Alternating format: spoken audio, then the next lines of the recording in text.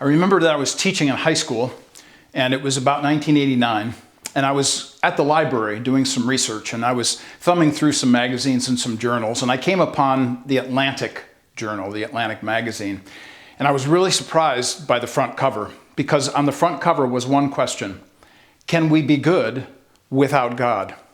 It was written by Glenn Tinder, who later turned that question into a book. The answer for Tinder and for us is no. We cannot be good without God.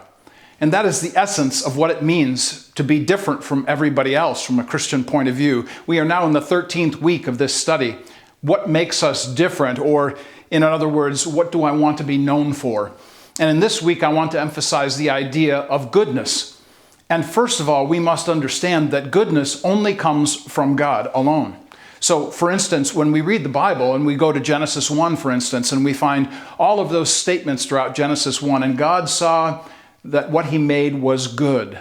That statement of tov, which is the Hebrew word there, is the statement which is also made about God. In Psalm 136 and verse 1, it says, "Give thanks to the Lord, for he is good." That is the emphasis for us as we think about where do good works come from. And so for us, we must begin with a diagram that suggests the cloud being or representing God and these circles representing good works. So when we think about the answer to Tinder's question, can we be good without God? The answer is no, we cannot.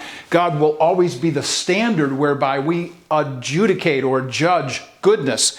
And so when we think about where do good works come from, good works are always going to come from God. He is going to be the standard for them, and he is going to be the author of them and the source of them and the origin of everything that is good coming from God. So you cannot have good works without a good God. Now, is there a problem? Of course there is. There's always going to be a problem when we reverse this process. So if you believe, if you're a humanist, a materialist, a naturalist, you don't believe in the God of the Bible, you have not subscribed to the salvation of Jesus, what you do then is you say, my good works are going to be my God. Or I am going to say that God exists because of my good works, but the God that exists is only me. So here is the negative from a humanistic point of view, and certainly from a Christian point of view, we would disagree with that.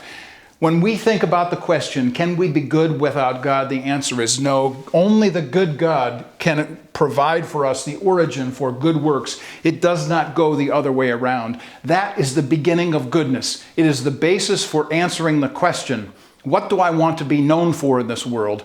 To be good, to do good, and answer that question first. Where does goodness come from?